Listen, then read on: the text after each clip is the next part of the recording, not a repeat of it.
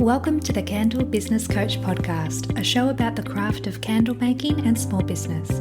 I'm your host, Kirsty Allen, and I'm a candle maker, mum of three, and kindness advocator. Join me as I dive into all things candles and small business and deliver advice and tips to you in episodes every Tuesday and Friday. Are you on the list to get my daily motivation emails? Every day I'll send you a message that is designed to help keep you focused on taking action toward your goals. Sign up using the link in the show notes. This episode is brought to you by the membership for candle makers, the Candle Makers Collective. Becoming a member gives you access to fortnightly online group Q&A coaching sessions to support you, monthly online workshops and trainings to help you grow your business, plus frequent expert guest speakers to inspire and teach you. You'll also have access to an ever-growing resource library with templates, guides, planners, and ebooks. But my favorite aspect of the membership is our exclusive Facebook group for accountability, connection, and support. So if you're looking to take your candle business to the next level and learn more about the membership for candle makers, click the link in the show notes for the Candle Makers Collective.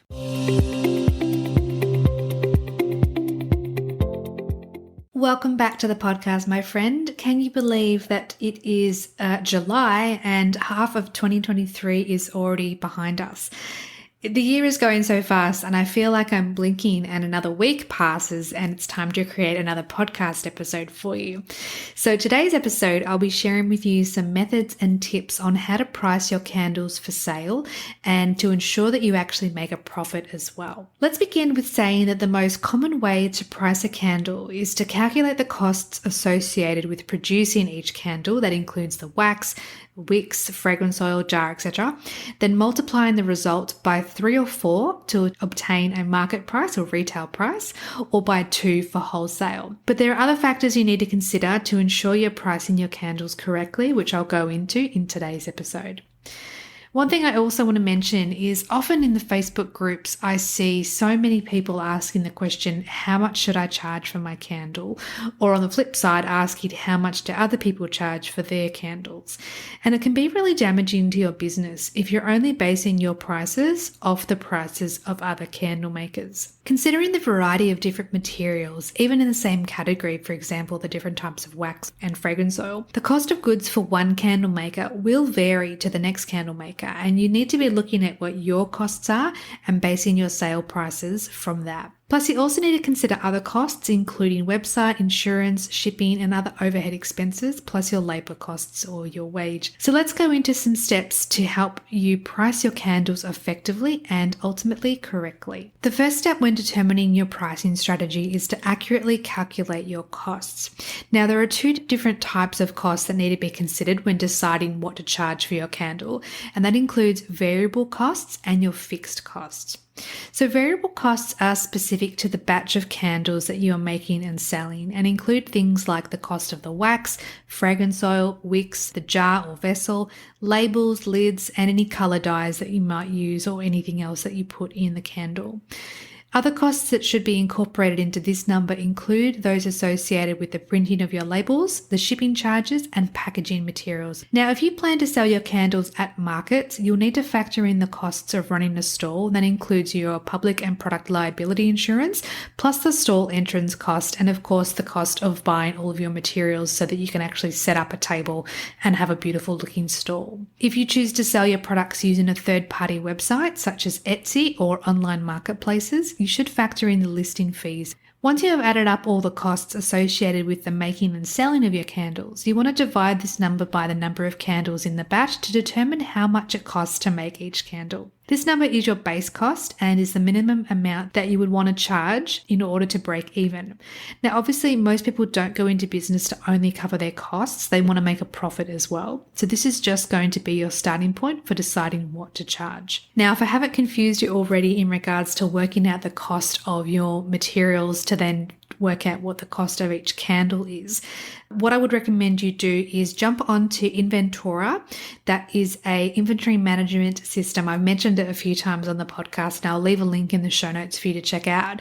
And basically you put all the details of your products, materials, everything that you use to create your beautiful candles, and then it will calculate the cost of goods for you. And again, that's your base cost so that you can determine what to charge for retail and wholesale. Next up is fixed costs. Now, fixed costs also need to be considered when determining what you will charge for your candles. And while these costs are not necessarily directly related to the batch of candles that you are making and selling, they will ultimately eat into your profits, making it necessary to keep them in mind when coming up with a price. Things that you would cover in your fixed costs include insurance, website fees, if you have your own website, and of course the cost of your labor when making the candles. Now, it can be a little bit more complicated to figure out how to incorporate these costs into your pricing than it is with your variable costs. And some might tell you to add up and divide your fixed costs in the same way that you would your variable costs. However, that might not work for every candle maker. You need to consider whether one batch of candles will cover all your costs for the month, or whether you'll be making several batches throughout the month that can contribute to covering those costs. Are your candles your only source of income as well, or are they just one of many items that you produce in your product lineup? Unfortunately, there's no one solution on how to incorporate your fixed costs into your pricing, as each candle maker will need to determine the best way to do this for their personal business model, and also depending on what the fixed cost amount is, which obviously you'll need to work out yourself. Another thing I wanted to mention in today's episode is your target market and the perceived value of your candles and products. The truth is that every candle is made up of pretty much the same things, right? We've got our wax, our wicks, and our fragrance oil to start with. So why is it that one candle company is able to charge, say, $20 to $25 for basically the same product that another candle company only charges $10 to $15 for? The simple answer is that it's because of the consumers that are being targeted by the brand and the value that is associated with that brand's products. So before you start crunching more numbers, it's important to actually sit down and really think about who it is that you are planning to target as a customer and what kind of perceived value you would like to create. Try to get as specific as possible by asking yourself who your customer is, what age group they belong to, where they're located, what their interests are, and how much they're willing to pay for a candle. If you plan to target high-end luxury shoppers, you wouldn't want to attach a bargain basement price tag to your candles, as this could give the impression that they are of lesser quality. In the same regard, if you're planning to target a more value-conscious consumer, you wouldn't want to price yourself out of the market by charging too much. One easy way to help increase the perceived value of your products is to demonstrate to your customers that your product is more than just a thing that they burn. Give them the idea that there is a whole experience that comes along with using your product in order to add more value to it.